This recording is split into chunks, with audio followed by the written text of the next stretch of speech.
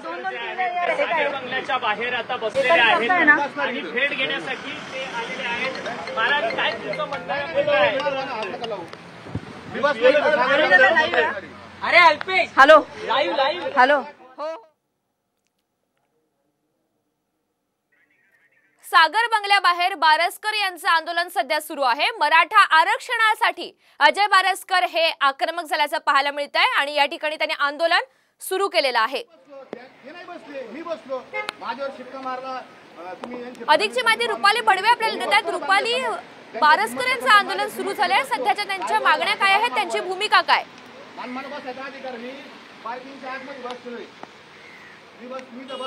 आपण पाहतो की सध्या आपण मलबार हिलच्या परिसरामध्ये आहोत, जिथे उपमुख्यमंत्री देवेंद्र फडणवीस यांचं शासकीय निवासस्थान आहे सागर बंगला, आणि त्याच्या समोर अगदी आपल्याला बावस्कर या ठिकाणी बसल्याचं पाहायला मिळत आहे। बावस्कर यांनी जी काही वेळापूर्वी त्यांनी पत्रकार परिषद घेतली होती, त्यांची गाडी जी आहे ती पंढरपूरची इथे जाण्यात आली होती आणि मराठा आरक्षणाच्या संदर्भात त्यांच्यावरती आपण पाहत आहोत की या ठिकाणी मराठा आरक्षणाच्या संदर्भात त्यांच्यावरती अनेक तनखत धमक्या देखील येत आहेत। बावस्कर साहेब, महाराज तुम्ही या ठिकाणी बसलेला आहात का? भूमिका घेतली फडणवीसांबरोबर तुमचे फोटो व्हायरल झाले म्हणून ही भूमिका घेतली। हा, विनाकारण शिक्का मारला माझ्यावर त्यांचा। मी त्यांचा माणूस आहे, काय संबंध आहे माझा? अरे मी पवार साहेबांचा फोटो दाखवला, शरद पवार आणि माझ्या उभे राहिलेत पवार साहेब माझ्या बरोबर, फोटो दाखवला, तो नाही दाखवत, तुमच्या सोयीचा असेल ते दाखवतात। यांच्या टोळ्या आहेत, यांच्या माणसाला बदनाम करायचं, चारित्र्य माझ्यावर बलात्काराचा आरोप केला, फडणवीसांचा माणूस आहे असा आरोप केला आणि माणसं उद्ध्वस्त करायचं काम आहे ना तुमची। यांच्याबद्दल मत मांडलं ना हे माणसं संपवतात। हुकुमशाह झालेली आहे ती, लोकशाही राहिली का? तुम्ही म्हणता होता की मी फडणवीसांची भेट घेणार आहात, तुम्ही त्यांच्या बंगल्याच्या समोर येऊन बसलेला आहात। मी बसणार आहे, ते काय त्यांना कळला असेल निरोप, त्यांनी कधी निवेदन दिलं, पत्र दिलं, समाजाचं कल्याण म्हणून बसून राहणार इथं। परंतु आरक्षणाची लढाई सगळी कोर्टात असताना तुम्ही हे संपूर्ण पाऊल का उचलत आहात? मग ते आरक्षणाची लढाई कोर्टात आहे, मग तो का उपोषणाला बसला? उपोषणाने प्रश्न सुटतात का? 4 वेळेस उपोषणाला बसले, काय झालं, काय मिळालं? राग द्वेष, भांडणं, मारामाऱ्या, हे काय? तुम्हाला इथे बसून काय साध्य करायचं? महाराष्ट्रातलं स्वास्थ्य कोण बिघडवतंय? हा, महाराष्ट्रातलं हे सामाजिक स्वास्थ्य कोण बिघडवतंय? महाराष्ट्रातलं सामाजिक स्वास्थ्य जी गावगाड्यातली सगळ्या जाती, ओबीसीच्या 18 पगड जाती ज्या होत्या त्यांच्यामध्ये विद्वेषाची भावना लागलेली आहे। मराठा आणि ते अशी दरी झालेली आहे आणि किती जरी काही म्हणले ना याला जबाबदार तेच आहेत। कोण ते कोण? तुम्ही नाव मला इथे बसून काय साध्य करायचं? मला इथं बसून त्यांनी असं सांगितलं होतं की मी माझे त्यांच्या मध्ये वाद झाले तर मी सागर बंगल्यावर चाललो, ते आले नाही, ते मधूनच मागे गेले। मी आलो, मी बसलो, मराठ्यांसाठी माझा देह इथं गेला तरी चालन।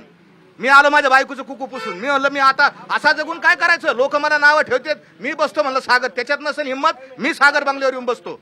पंढरपूरमध्ये तुमची गाडी जाळली, त्याच्या मागे दुसरं काही कारण होतं तो वाटतं? अहो, मला शत्रूच नाही दुसरा, मला कोण शत्रू आहे सांगा ना? हे मला मी यादी वाचून दाखवली, मी मगाशी यादी वाचून दाखवली, माझ्याकडे फोन आलेले तर रेकॉर्डिंग घेता, तुझं कुटुंब उद्ध्वस्त करू, तुझं घर उद्ध्वस्त करू।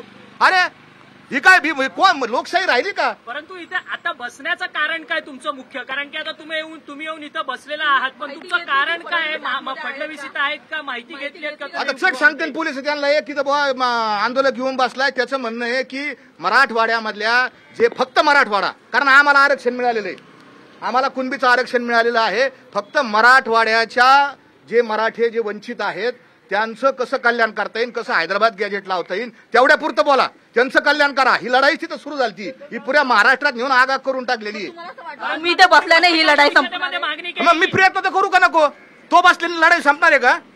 मग ते हे माझा प्रश्न असा आहे की मी पण करतो ना, लोकशाहीने मला उपोषणाचा अधिकार दिला, मी आत्मचिंतन करीन, अन्नत्याग करीन, काय बसेन मी इथं। तुम्ही आता पत्रकार परिषदेमध्ये मागणी केली की मराठवाड्याच्या सगळ्या विद्यार्थ्यांना मोफत शिक्षण मिळावं, म्हणून मिळालंच पाहिजे। सगळ्यात मी यांना फडणवीस उपमुख्यमंत्र्यांना सांगणार आहे की जे तुमच्या हातात आहे पैसे द्या, म्हणजे बालवाडी पासून तर डॉक्टर, इंजिनियर, अजून काय असतील ना, सगळ्या जे गरीब आमचे क्रिमिलियरच्या खालचे मराठी असतील आणि सगळेच असतील, जे कोणी गरीब असतील नागरिक, त्यांना तुम्ही सगळं शिक्षण फोकाट करा। मराठवाड्याच्या व्यतिरिक्त अहो, मराठवाड्यासाठी असं आहे, तुम्हाला मी सांगतो, मराठवाडा हा निजाम स्टेट मधून महाराष्ट्रात आलेला आहे आणि अजून एक स्टेट आहे पाकिस्तानमधून कच्छ एक गुजरातमध्ये आलेला आहे. त्याच्यासाठी घटनेमध्ये एक स्वतंत्र कलमाची तरतूद आहे की यांना विशेष प्रावधान करण्यात आलं आणि त्या घटनेच्या कलमानुसार ते कलम मला माहित नाही काय नेमकं, पण सरकारला त्या तिथं स्वतंत्र करता येईल कारण सगळं भडका आणि आंदोलन तिथंच आहे. तुम्ही म्हणताय की तुम्हाला ते कलम माहित नाहीये, मग या संदर्भातली तुम्ही सगळी माहिती घेतली नव्हती का?